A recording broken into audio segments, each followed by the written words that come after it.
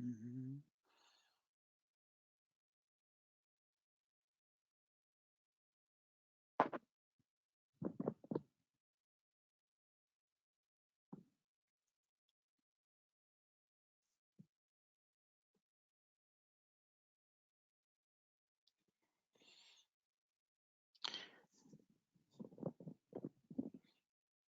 Donc bonjour à toutes et à tous. Je vous remercie de me rejoindre sur ce webinaire Booster son développement commercial.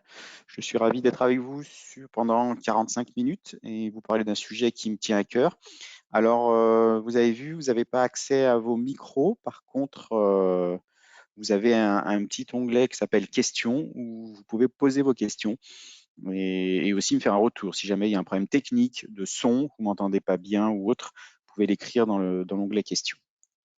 Sinon, je propose que l'on commence dans une petite minute, tant que tout le monde nous rejoigne sur ces 45 minutes.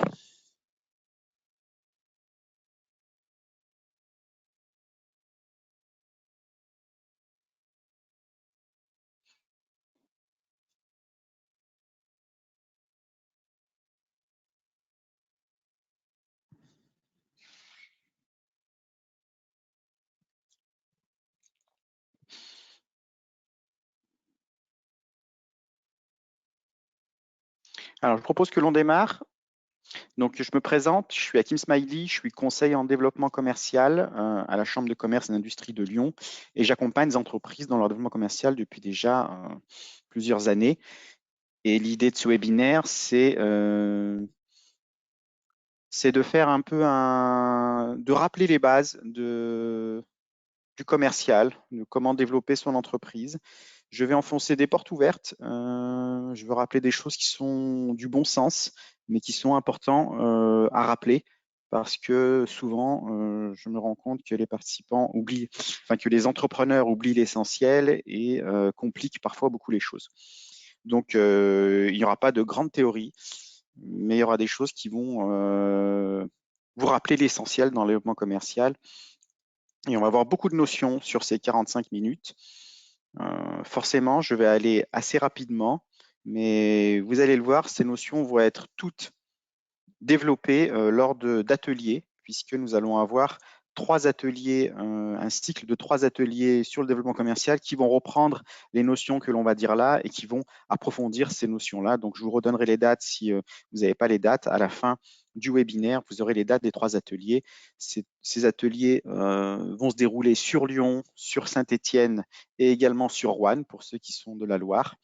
Et donc, ces ateliers la participation est gratuite. Donc, lors de ces ateliers, vous allez pouvoir creuser tout ce qui va être dit lors de ce webinaire. Alors, on va commencer par un premier élément qui est quelle est la place du commercial dans une entreprise? Je pense que si vous êtes nombreux à me rejoindre aujourd'hui, c'est que vous avez conscience que le développement commercial est un élément clé pour le développement de votre entreprise. Et j'aime démarrer mes conférences par cette slide qui dit je ne comprends pas. On avait tout pour réussir, sauf des clients. Dingue. Alors en général, cette slide, quand je suis en présentiel, elle fait souvent sourire. Je ne comprends pas, on avait tout pour réussir pour ses clients, parce que elle fait sourire parce que c'est tellement évident et que vous en êtes tous conscients que si vous avez créé une entreprise, vous avez besoin d'avoir des clients. Cependant, lorsque j'accompagne les entreprises au quotidien, je me rends compte que finalement, vous ne faites pas suffisamment dans ce domaine-là, vous ne passez pas assez de temps sur cette problématique-là, et cette problématique-là passe souvent après votre produit ou votre service. Et ça, c'est une première notion qui est importante dans ce webinaire-là, c'est que je ne vends pas un produit ou un service, je vends à un individu. Et si vous comprenez cette phrase, vous allez commencer à réfléchir de manière totalement différente à votre démarche commerciale. Donc, je ne vends pas un produit ou un service, je vends à un individu. Et c'est la première chose sur laquelle vous allez vous pencher. Donc, ne passez pas 6 mois, 8 mois, 1 an à peaufiner votre offre, à peaufiner votre produit ou votre service sans avoir jamais rencontré une cible de prospect que vous pensez intéressé par votre produit. Donc, quel est le plan? Voilà, c'était la première notion, elle est hyper importante. C'est vraiment, comme je vous disais, je veux rappeler vraiment des notions de base, mais elles sont essentielles pour changer un peu sa vision du commercial et pour faire les choses dans le bon sens. Alors, quel est le plan de notre intervention? Donc, 4 éléments. On va intervenir sur bien connaître et comprendre ses clients, ce qui est la base. Créer une offre impactante. Qu'est-ce que ça signifie? Comment on crée une offre impactante? Comment on prospecte et on communique? Et puis, comment être efficace et organisé, puisqu'on peut perdre beaucoup de temps dans sa démarche commerciale. Et si vous êtes tout seul entrepreneur, bah, malheureusement, vous avez beaucoup de choses à réaliser en même temps. Et donc, le temps qui est accordé à la démarche commerciale doit être un temps où vous êtes efficace. Et donc cette notion d'efficacité, elle est importante puisque souvent je rencontre des dirigeants qui sont occupés mais qui ne sont pas efficaces. Et donc il y a une grande différence entre être occupé et être efficace. Et c'est ce qu'on va essayer de voir dans ce webinaire. Alors, définir ma cible client et comprendre la psychologie de l'acheteur. Dans cette partie-là, on va essayer de comprendre c'est quoi la psychologie de l'acheteur, pourquoi un client achèterait mon produit ou mon service et comment définir cette cible-là. Je vais rappeler une définition assez simple de qu'est-ce qu'une entreprise, puisque cette définition-là, je veux dire, va engendrer un peu tout le reste. Donc, une entreprise, c'est échanger de la valeur contre de l'argent. Donc, c'est-à-dire apporter de la valeur aux autres en échange d'argent. Jusqu'ici, vous me suivez, vous êtes d'accord avec moi, donc vous donnez de la valeur et la personne vous donne de l'argent. Donc, créer une entreprise consiste à identifier un besoin, un problème chez les prospects et leur proposer une solution sous forme d'un produit ou d'un service. Donc là, tous autour de ces webinaires, vous avez identifié une problématique chez un client, un problème, et vous avez une solution qui permet de résoudre ce produit ou ce service. Et ce qui est intéressant, c'est que plus vous apportez de valeur qui répond à un problème important, plus les clients seront enclins à payer cher. Et donc, votre travail, vous, c'est de maximiser votre offre et de présenter votre offre auprès de la bonne cible. Alors, qu'est-ce qui est important là-dedans? Ça veut dire que si vous n'adressez pas la bonne cible, le problème qu'il peut avoir n'est peut-être pas un problème où la douleur est suffisamment forte, où l'envie est suffisamment forte pour pouvoir acheter votre produit et donc vous allez lutter pour pouvoir vendre votre produit. Si vous adressez à la bonne cible, ce sera beaucoup plus facile de vendre vos produits puisque vous allez les soulager d'une problématique qui est importante chez eux et qui a des conséquences. Donc, on va revenir sur ces éléments-là dans la définition. Alors, premier lieu, comprendre quelles sont les principales motivations d'achat du client. Pourquoi un client achèterait votre produit ou votre service? Donc, il y a 7 grandes familles et tous vos produits ou vos services doivent répondre à ces grandes familles-là. Et la notion de pourquoi, elle est importante. Donc, vous pouvez avoir un produit ou un service qui leur permet de gagner de l'argent. Vous pouvez avoir un produit ou un service qui leur permet d'économiser de l'argent, de leur faire gagner du temps, de réduire des efforts, d'améliorer leur santé, d'augmenter leur plaisir ou d'éliminer leur douleur. Alors, vous pouvez également avoir un produit ou un service qui répond à plusieurs motivations dans cette liste-là. Donc, mais au minimum, votre produit ou service répond à cette motivation-là et c'est ce que les personnes achètent. Donc, souvent, on se trompe et on essaie de vendre un produit ou un service, mais ce qui compte, c'est de vendre le bénéfice de votre produit ou votre service par rapport au client. Et le bénéfice va se trouver forcément dans l'une de ces motivations. Donc, soit vous leur permettez de gagner de l'argent, d'économiser de l'argent, de gagner du temps, de réduire les efforts, d'améliorer leur santé, d'augmenter leur plaisir ou d'éliminer leur douleur, et parfois plusieurs éléments dans ces motivations d'achat-là. Et à partir de là, quand vous avez défini mon produit, qu'est-ce qui permet de faire au client? Eh bien, on va commencer à créer ce qu'on appelle un persona. Et on va s'interroger sur à quels problèmes les acheteurs sont-ils confrontés? Quelle est leur problématique? Est-ce que je les connais? Est-ce que les acheteurs m'en ont parlé? Comment ils m'en parlent? Est-ce que c'est suffisamment douloureux pour eux? Est-ce qu'ils ont envie de changer? Donc, qu'est-ce qu'ils utilisent en ce moment pour résoudre leurs problèmes? Parce que n'oubliez pas que quand vous êtes arrivé, ce problème était déjà existant. Et donc, ils utilisaient déjà des choses pour pouvoir résoudre ce problème-là. Et donc, la question que vous devez vous poser, c'est aujourd'hui, comment ils font pour résoudre leur problème-là? De quoi se plaignent-ils? Et vous, comment vous pouvez résoudre ce problème-là? Et surtout, quel est le meilleur angle pour leur présenter cette solution? Voilà les questions un peu essentielles qu'il faut se poser. Et comme je vous disais au début, vous ne vendez pas un produit ou service, vous vendez à un individu. Ben, la première chose, c'est de se poser là-dessus plutôt que d'y regarder mon produit ou mon service, c'est de se dire à quel problème les acheteurs sont-ils confrontés et comment ils font aujourd'hui pour le résoudre et comment moi je peux les aider aujourd'hui à résoudre ce problème-là d'une manière peut-être différente, d'une manière, et on le verra, c'est quoi les éléments qui comptent pour le client.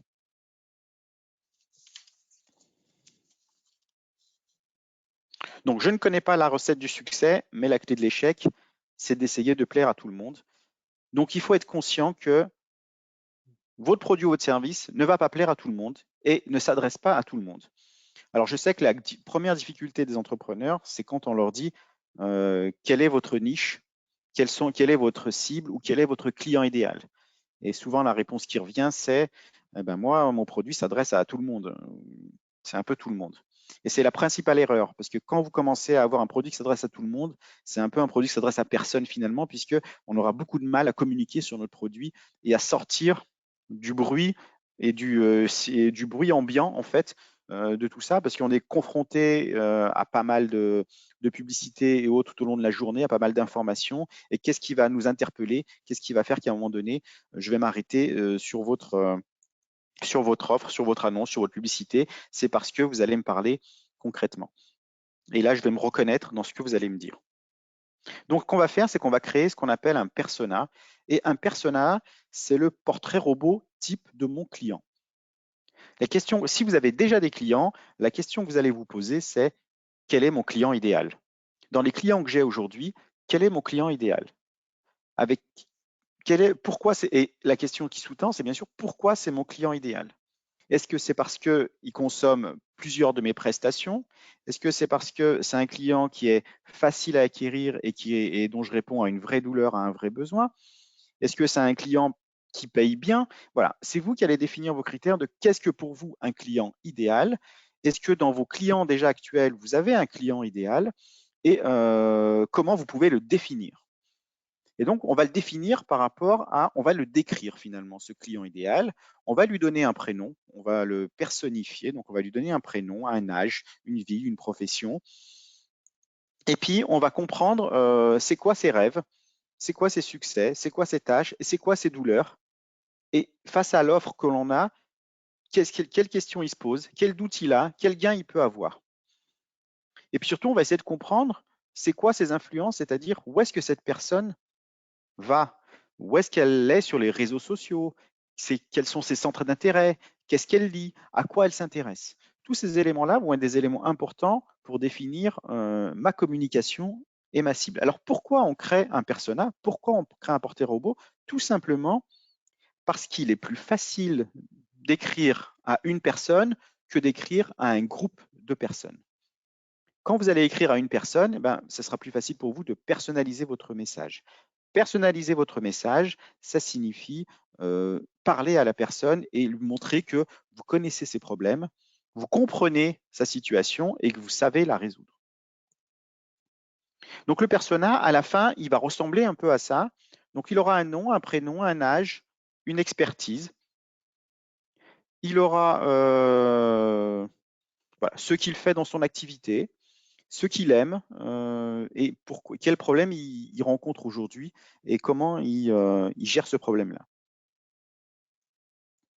Souvent, c'est une étape que les entrepreneurs ne font pas. C'est une étape que les entrepreneurs passent et parce qu'ils pensent qu'ils connaissent bien leurs clients, alors que bien connaître les clients, c'est véritablement échanger avec eux, savoir pourquoi ils achètent votre produit, savoir pourquoi ils sont clients chez vous et avoir tous ces éléments-là qui vous permettent. Alors que si je n'ai pas encore de clients, ça peut arriver dans les personnes qui écoutent ce webinaire-là, eh ben, je peux le faire déjà, je peux déjà rencontrer des prospects et commencer à les connaître. En fait, dans le commercial, la chose la plus importante, c'est votre état d'esprit. Quel état d'esprit j'ai? Si je vais rencontrer un client pour essayer de lui vendre un produit ou un service, vous allez voir que ce n'est pas évident, puisque votre état d'esprit n'est pas le bon. Si vous allez voir un client pour lui dire comment je peux aider ce client-là, vous allez voir que vous avez un autre état d'esprit et le client va se sentir en confiance. Et l'une des règles du commercial, c'est les gens achètent auprès de gens de confiance. Donc le mot confiance est un élément d'un mot très important. Si vous ne me donnez pas confiance, si je n'ai pas confiance en vous, je ne serai pas votre client, je n'achèterai pas votre produit ou votre service. Donc toute la question qu'on va se poser, c'est comment on crée ce lien de confiance auprès d'un client. Donc je vous ai dit, on va dire que notre produit ne va pas s'adresser à tout le monde. On va créer ce qu'on appelle un persona, un portrait robotype, notre client idéal, et ça va nous permettre, dans notre communication au quotidien, de nous adresser à ce client idéal pour que les gens qui sont dans ce segment de clients vont se reconnaître. Donc, pourquoi les clients achètent mes produits ou mes services? En fait, il y a deux raisons. Il y a la bonne raison et la vraie raison. La bonne raison, c'est de satisfaire un besoin. Vous aurez du mal à vendre un produit ou un service si la personne n'a pas de besoin. Donc, c'est toujours la raison essentielle. Si je n'ai pas de besoin de votre produit ou votre service, parce que ça ne répond à rien chez moi, vous ne vendrez pas votre produit. La deuxième raison, qui est toujours concomitante à la première, c'est que c'est la vraie raison, elle est toujours émotionnelle, c'est le désir. Je dois satisfaire un besoin et je dois en avoir envie. Donc ces deux raisons fonctionnent tout le temps. Et souvent, la vraie raison émotionnelle est plus forte que la raison de satisfaire un besoin. Et on le voit parfois où on va se rassurer pour acheter une énième paire de chaussures et de se dire, ben si, mais elle ira peut-être sûrement avec ce vêtement ou autre. Donc c'est plutôt le désir qui va me faire acheter plutôt que le besoin parce que j'ai déjà une paire de chaussures, donc je n'ai pas véritablement besoin d'une nouvelle paire de chaussures. Donc n'oubliez jamais ces deux raisons, c'est est-ce que je satisfais un besoin et est-ce que j'arrive à donner envie? S'il y a une des deux qui ne fonctionne pas, vous aurez beaucoup de mal à vendre vos produits ou votre service. Donc, comment on fait pour avoir un besoin ou un service? La personne qui en parle le mieux, c'est Simon Sinek. Simon Sinek est un conférencier anglais qui a étudié pourquoi des entreprises ou pourquoi des personnes étaient leaders dans leur domaine et puis qui a dessiné ce qu'on appelle le cercle d'or. Alors, je vous ai mis un lien de vidéo, je vous laisserai aller le voir tranquillement. C'est une vidéo qui ne dure pas très longtemps, une quinzaine de minutes, et qui explique précisément le cercle d'or. Moi, je vais vous l'expliquer assez rapidement pour que vous sachiez de quoi on parle, mais l'intéressant, c'est que vous alliez voir cette vidéo-là pour véritablement comprendre de quoi on parle. Donc, le cercle d'or, c'est quoi?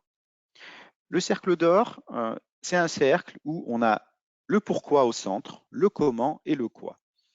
Et ce qu'a découvert donc Simon Sinek, c'est que la plupart des entreprises communiquent de l'extérieur du cercle vers l'intérieur du cercle. Vous allez peut-être remarquer, vous allez peut-être voir ce que vous faites aussi. En général, vous dites ce que vous faites.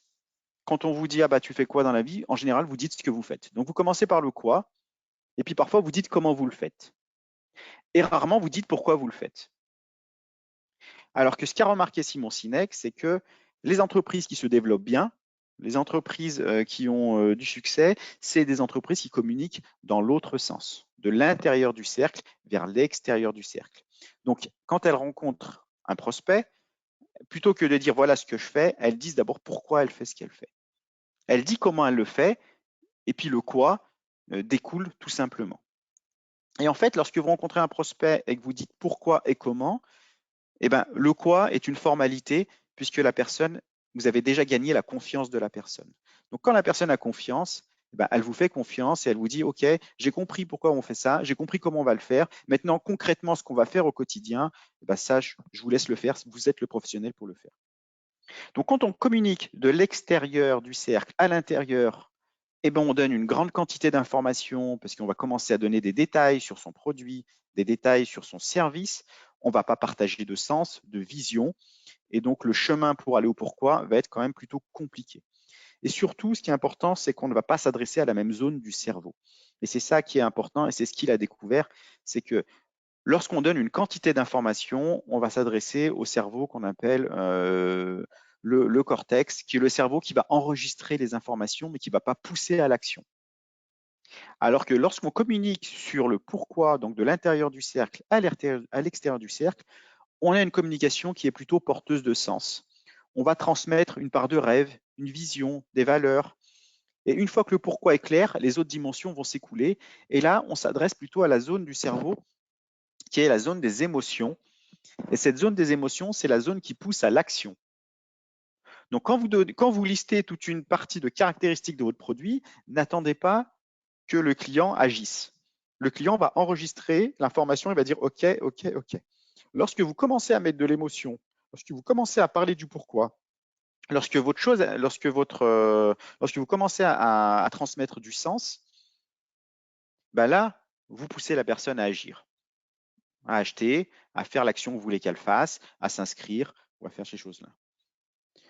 Donc voilà, Simon Sinek en parlera beaucoup mieux que moi dans sa vidéo et vous comprendrez pourquoi le cercle d'or est important et comment changer votre communication plutôt que de communiquer du quoi au pourquoi, comment faire pour communiquer du pourquoi au quoi.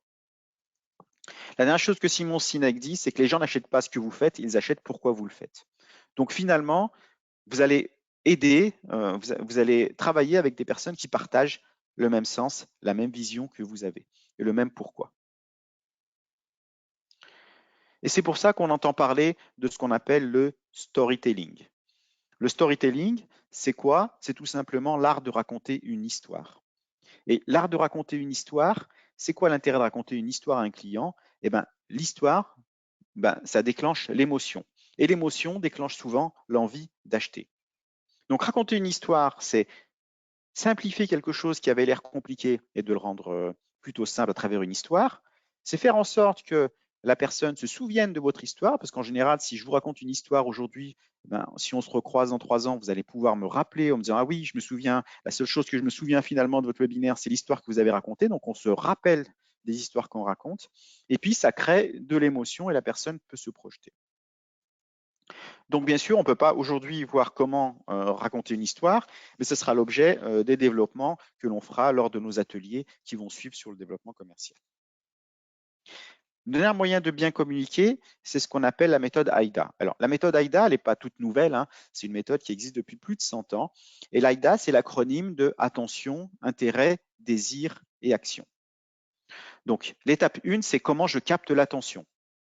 Je vous l'ai dit, aujourd'hui, nous sommes tous exposés à beaucoup de publicités, beaucoup d'informations sur les réseaux sociaux et autres. Et à un moment donné, si on veut s'arrêter sur votre post, si on veut s'arrêter sur votre publicité, il va falloir que vous captez l'attention. Il va falloir couper le signal de tout ce brouhaha autour de nous. Et donc, la première étape, c'est comment capter l'attention. Donc, la deuxième étape, c'est comment susciter l'intérêt, comment impliquer et intéresser le lecteur. La troisième étape, c'est comment augmenter le désir, donner envie à votre cible en décrivant ce que votre produit ou service peut lui apporter. Et la quatrième étape qui est importante, c'est toujours le call to action, c'est-à-dire dire au client, donc pousser à l'action, dire au client ce que vous voulez qu'il fasse. Et ça, c'est toujours la chose importante que les gens oublient. Et vous ne dites pas clairement ce que vous voulez que la personne fasse. Et si vous n'êtes pas clair dans votre communication, si vous n'êtes pas clair dans un email que vous pouvez envoyer, par exemple, à des prospects, si vous n'êtes pas clair, ne vous attendez pas à ce que les gens fassent ce que vous n'avez pas dit. Donc, le call action, c'est toujours pousser à l'action, donc pousser le lecteur à agir.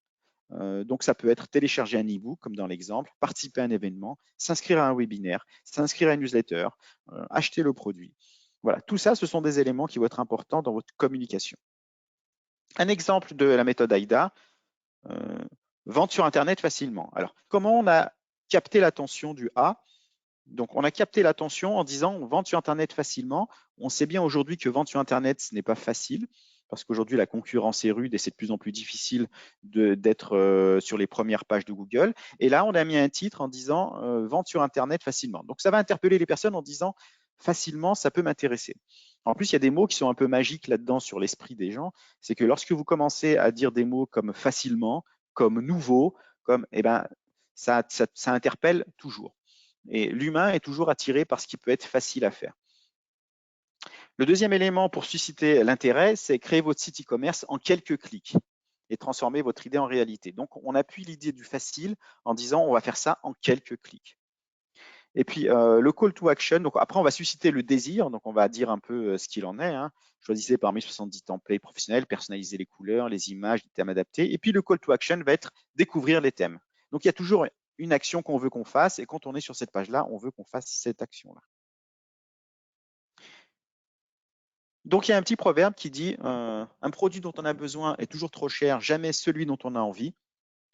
Donc, tout ça pour dire comment je vais créer l'envie chez mes prospects pour qu'ils puissent passer à l'action.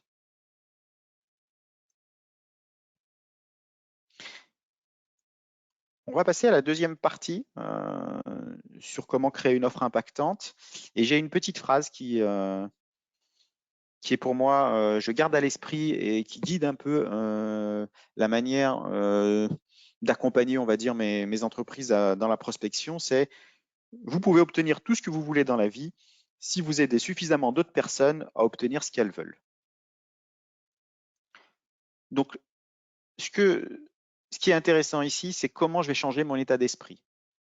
Pour beaucoup d'entre vous, le commercial est quelque chose de nouveau. Le commercial, ce n'est pas quelque chose que vous avez fait dans votre expérience précédente. Et vous êtes propulsé en disant, voilà, demain, vous devez également faire le commercial de votre entreprise. Sachant que commercial est un travail, il y a des formations qui sont faites, des étudiants suivent des écoles de commerce pour ça. Et vous qui n'avez pas d'expérience dans ce domaine-là et qui n'avez pas suivi de formation, on vous dit que vous devez faire du commercial et prospecter. Et souvent, l'image que l'on a du commercial, elle est erronée. On n'a pas la bonne image du commercial et on a une image qui est assez dégradée. Le commercial n'a pas une bonne image en France en tous les cas. Les écoles de commerce s'appellent plus écoles de commerce, mais écoles de management. Et puis, on a l'image un peu de l'épicier ou de la personne qui veut vendre à tout prix un besoin à quelqu'un, qui veut vendre à tout prix un produit à quelqu'un qui n'en a pas besoin. Et ce n'est pas le commercial vers lequel j'aimerais vous emmener. Ce n'est pas du tout la nature. Et j'ai rencontré beaucoup de dirigeants qui n'étaient pas du tout commerciaux. Je pense à un directeur des ressources humaines qui n'avait jamais fait de commercial dans son activité parce qu'il a toujours été dans les ressources humaines et était après directeur d'un grand groupe et qui s'est révélé être un très bon commercial par la suite alors qu'il n'avait pas l'image, alors que l'image du commercial qu'il avait était erronée. Donc il y a une phrase qui est intéressante, c'est vous pouvez obtenir tout ce que vous voulez dans la vie si vous aidez suffisamment d'autres personnes à obtenir ce qu'elles veulent. Ça veut dire votre état d'esprit va changer et plutôt que de dire le commercial, c'est d'essayer de vendre un produit à quelqu'un, c'est de vous dire comment je peux aider la personne qui est en face de moi. Et vous allez voir que votre démarche commerciale va être plus facile et va avoir un écho surtout beaucoup plus fort et que vous allez dire finalement, je n'ai pas eu l'impression d'avoir fait du commercial lorsque j'ai échangé avec cette personne-là. Par contre, vous aurez toujours du mal à vendre un produit si votre offre n'est pas intéressante. Et ce qui est important là, c'est comment créer une offre que le client serait stupide de refuser. Donc,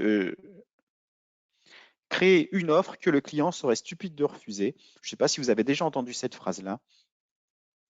C'est comment je crée une offre impactante. Vous avez deux options en fait. Soit mon offre n'est pas suffisamment impactante et je vais lutter pour pouvoir la vendre. Soit j'ai une offre qui est plutôt impactante et même si je ne suis pas un très bon commercial, même si je ne suis pas un très bon orateur, finalement, mon offre va se vendre toute seule. Alors, on va rentrer dans le détail de qu'est-ce que ça signifie. Comment on crée une offre que le client serait stupide de refuser? Il y a un élément qui s'appelle l'équation de la valeur. Alors, je vous rassure, je ne vais pas vous demander de résoudre cette équation. Bien qu'une personne, une fois dans la salle, dans une présentation en présentiel, m'avait donné le résultat de X, mais c'est juste pour illustrer la chose. L'équation de la valeur, ça se présente comme ça, et c'est 4 éléments qu'il va falloir devoir prendre en compte dans votre service. La première chose, vous avez vu que c'est une division. Alors, je vais vous rappeler un peu à vos cours de maths. C'est une division avec un numérateur et un dénominateur. Et l'objectif, c'est que le numérateur, donc la partie du haut, soit très haute, qu'on ait le plus de points possible, et la partie du bas soit très basse, pour avoir une valeur qui soit la plus haute possible. D'accord? Donc, on va travailler pour augmenter la valeur de votre produit ou de votre service. Comment on augmente la valeur d'un produit ou d'un service? À quoi le prospect, consciemment ou inconsciemment, va s'intéresser? La première chose, c'est de connaître le rêve du client. Vous devez savoir exactement quel est le rêve du client, qu'est-ce qu'il essaye d'obtenir, comment il se voit demain, après-demain, après avoir acheté votre produit ou votre service. Qu'est-ce qu'il veut? Voilà. Si vous êtes capable de décrire le rêve du client et que le client se dit ben, c'est exactement ça, ben déjà vous avez déjà des points sur ce numérateur-là. Je prends un exemple à chaque fois pour illustrer ce que je dis, pour que ce ne soit pas trop théorique pour vous. On va prendre l'exemple de vous vendez un produit sur la perte de poids. D'accord? Donc, le rêve du client, c'est perdre du poids. Donc, vous l'avez identifié. Par contre, pour perdre du poids, il y a plusieurs solutions. Il peut faire du sport, il peut faire un régime spécifique, il peut faire une liposuction, voilà. Il y a beaucoup d'éléments qui vont faire que le rêve du client est le même, mais les solutions qu'on va proposer sont, elles, différentes. Donc, il a son rêve de perdre du poids. La question qui va se poser tout de suite lorsque vous allez lui proposer votre produit ou service, c'est quelle est la probabilité que ça fonctionne? Plus la probabilité que ça fonctionne est forte, plus votre produit a de la valeur. Plus la probabilité que ça fonctionne est faible, moins votre produit a de la valeur. Si je reprends l'exemple du poids, le rêve du client, c'est de perdre du poids. Si vous avez une salle de sport et que vous dites, eh ben, il faut vous inscrire à la salle de sport, la probabilité pour que ça fonctionne, elle dépend beaucoup de la motivation de la personne à aller à la salle de sport. À l'inverse, si vous êtes médecin et que vous faites de la liposuction, la probabilité que ça fonctionne est plutôt élevée dans la liposuction parce qu'elle ne dépend pas de la volonté de la personne.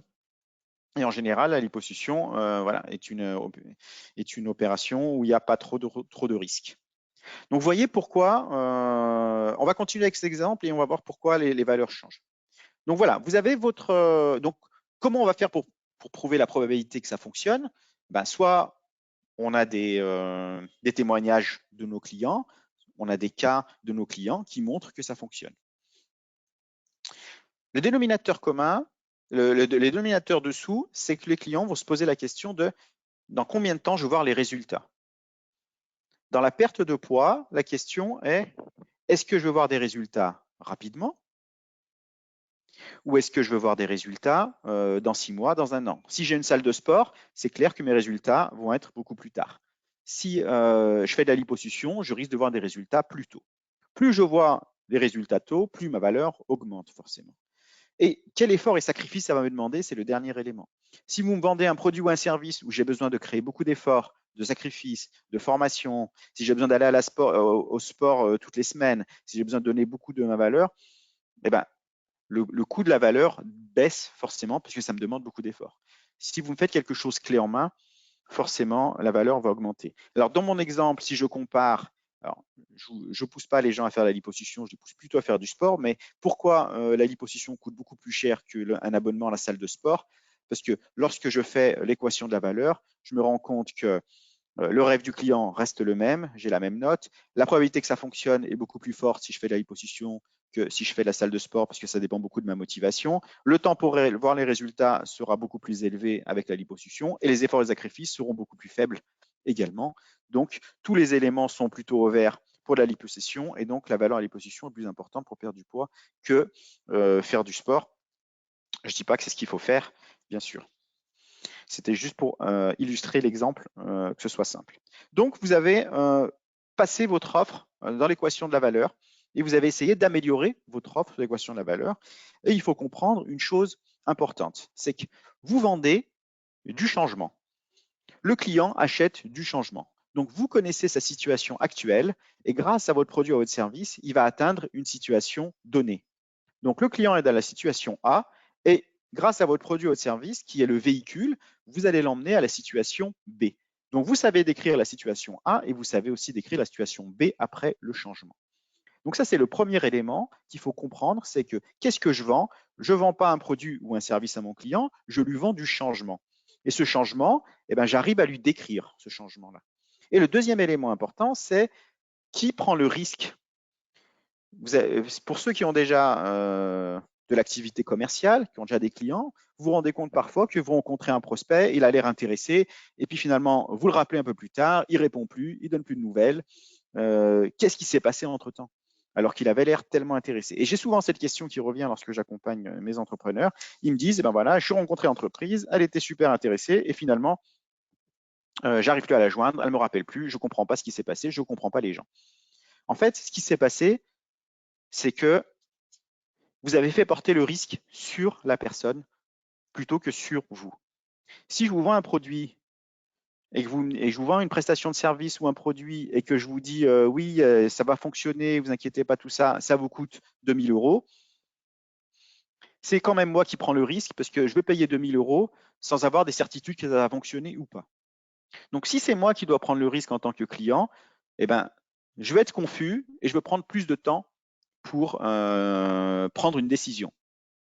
Si vous avez des garanties dans votre offre qui permettent au client de dire, finalement, vous ne prenez pas de risque parce que je suis tellement sûr de ma prestation que même si je prends la garantie la plus simple, mais vous n'êtes pas obligé de faire cette garantie-là parce que parfois, ce n'est pas possible, mais si vous n'êtes pas satisfait, je vous rembourse.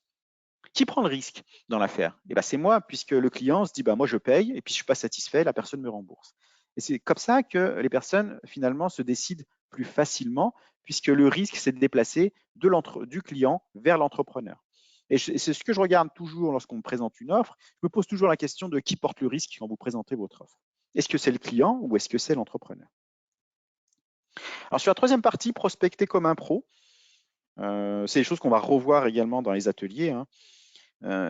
Vous avez deux options en général. Soit vous êtes chasseur ou soit vous êtes agriculteur. Ça veut dire quoi?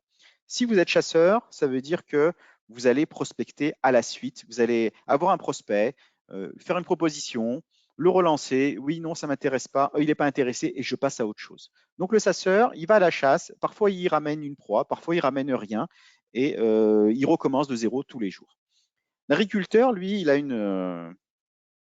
une approche différente parce que l'agriculteur, lui, il va semer, il va planter et puis il va récolter. C'est-à-dire qu'il va donner en premier lieu, il va planter, il va mettre de la graine, il va mettre de l'eau, il va donner en premier lieu et puis lorsque ce sera à point, il va récolter. Donc lui, il est beaucoup plus sûr de ce qu'il va pouvoir récolter à la suite que le chasseur qui part et qui n'est pas sûr de revenir avec une proie à chaque fois. Qu'est-ce que ça signifie concrètement sur la partie commerciale? Ça veut dire que si vous continuez à avoir une activité de chasseur, vous allez toujours avoir une activité en dents de scie qui va faire que parfois j'ai un client et puis souvent j'ai pas de client et puis parfois j'ai un client et puis souvent j'ai pas de client. Si vous commencez à créer une communauté, si vous commencez à faire en sorte que des gens vous suivent, si vous commencez à en sorte de délivrer de la prestation, de la valeur, vous allez commencer à avoir des gens captifs à qui vous avez donné des choses et qui seront prêts à vous le rendre. Et donc vous allez commencer à planter et à récolter.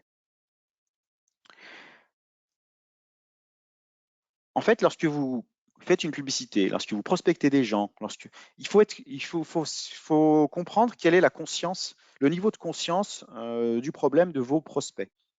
Quand vous faites une publicité, on dit qu'en moyenne, il y a 3% qui sont prêts à acheter tout de suite. Parce que c'était leur problème, ils recherchaient ça, ils sont prêts à acheter tout de suite. Il y a 17% qui sont prêts à acheter, mais qui souhaitent avoir de l'information. Donc un peu plus d'informations, de savoir comment ça va se passer ou autre. Il y a 20% qui sont conscients de leur problème, ils ne savent pas trop comment y répondre. Il y a plein de solutions pour y répondre, mais ils ne savent pas. Et puis, il y a 60% qui ne sont pas conscients du problème. Donc, ils ne savaient pas qu'ils avaient cette problématique-là ou que c'était cette problématique-là qui causait tous ces problèmes-là.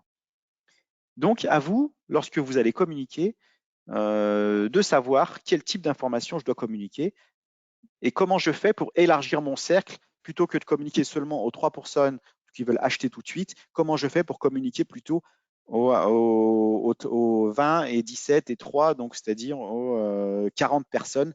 Voilà. Donc je toucherai plus de personnes quand je commence à communiquer, je touche 40% de ma cible plutôt que 3% de ma cible. Ça veut dire que dans ma communication, je vais devoir donner de la valeur, je vais devoir de l'information plutôt que seulement décrire mon offre. Donc, si je résume, l'approche de la vieille école, c'était closer, closer, closer, vendre, vendre, vendre, ce qui ne fonctionne plus comme avant, puisque ce qui a changé, c'est les acheteurs. Les acheteurs sont plus informés, ils ont plus, on a accès à Internet, parfois ils ont plus d'informations sur vos concurrents que vous-même. Donc, vous voyez, ça c'est quand même un élément important qui a changé. Donc aujourd'hui, le nouveau modèle, c'est éduquer, éduquer, éduquer. C'est-à-dire construire la confiance. Vous vous souvenez, au début, je vous ai dit, les gens achètent auprès de gens de confiance. Donc la question, c'est comment je construis la confiance? Comment je me positionne comme un expert dans mon domaine? Comment je construis des relations? Et comment je fais en sorte que je facilite le processus de vente pour l'acheteur et le client?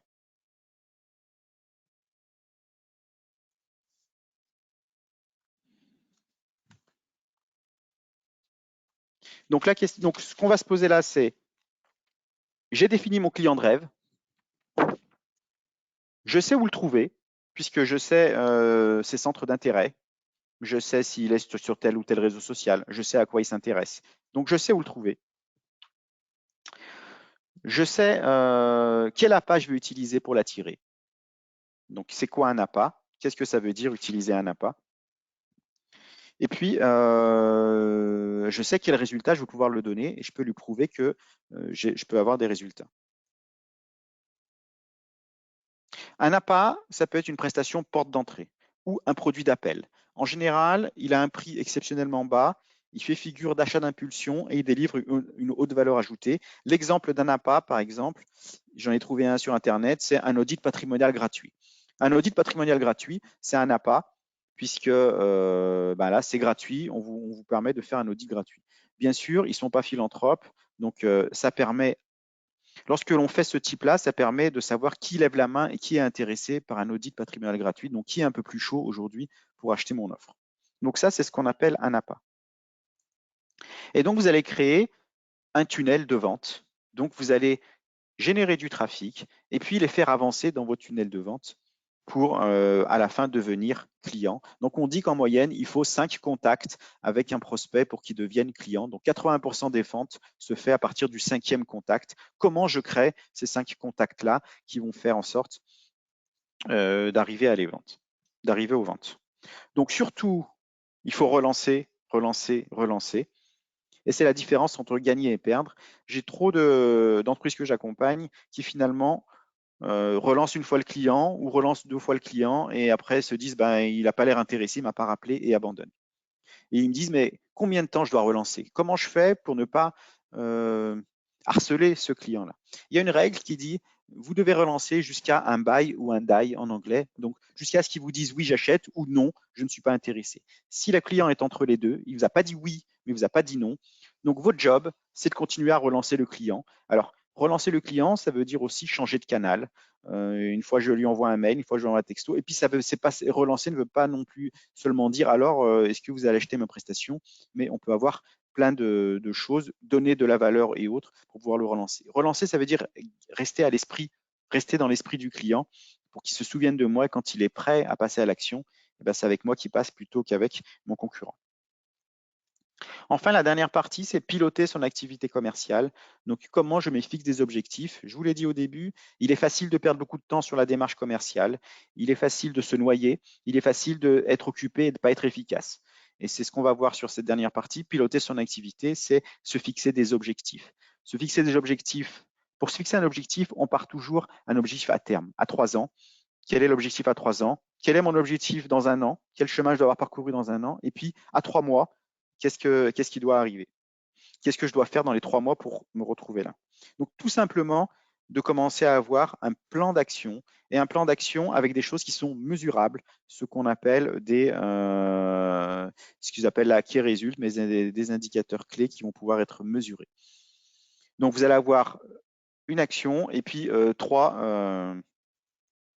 key results, c'est-à-dire 3 actions qu'on va pouvoir mesurer dans le. Alors, je vais un peu plus vite parce que je sais qu'on arrive à la fin du webinaire. Donc, en résumé, dans ce qu'on a vu aujourd'hui, c'est d'avoir une cible qui est bien identifiée, c'est ce qui est important.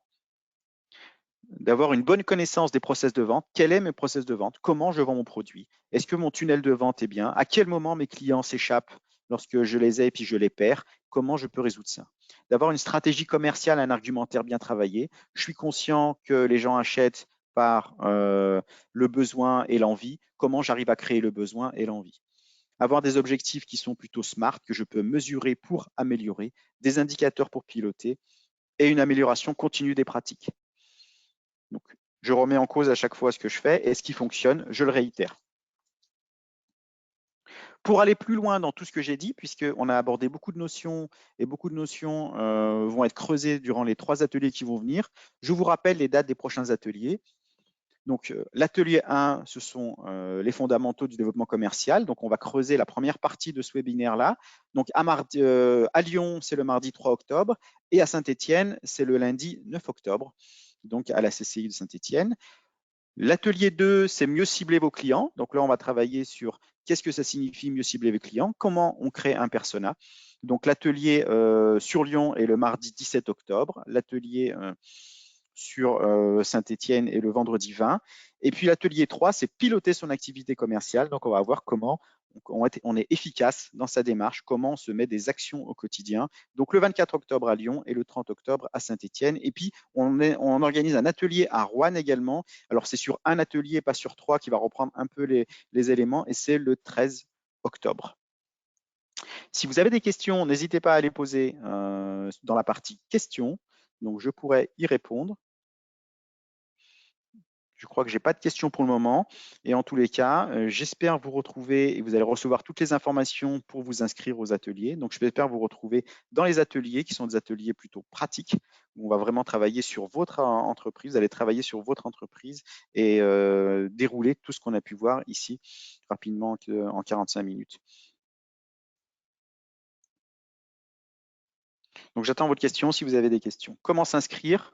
Donc, première question, vous allez recevoir par mail le lien, et puis sur notre site internet également, vous avez un agenda où vous pouvez retrouver l'atelier et vous inscrire directement. Donc sur le site internet CCI Lyon Métropole, vous allez voir dans l'agenda, par rapport aux dates que je vous ai données, vous avez l'atelier.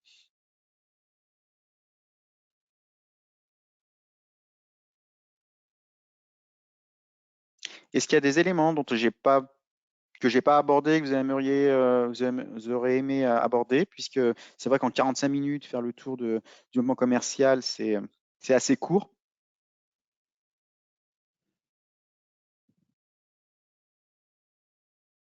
Alors, peut-on définir plusieurs personas? C'est une bonne question, Marie. Oui.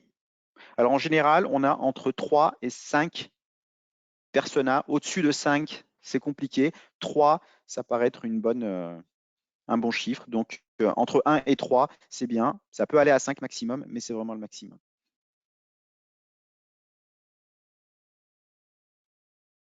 Voilà, donc si vous êtes à l'atelier Marie sur le persona, eh ben, on rentrera dans le détail de comment véritablement on construit ce persona, quelle information on a besoin et comment on l'obtient.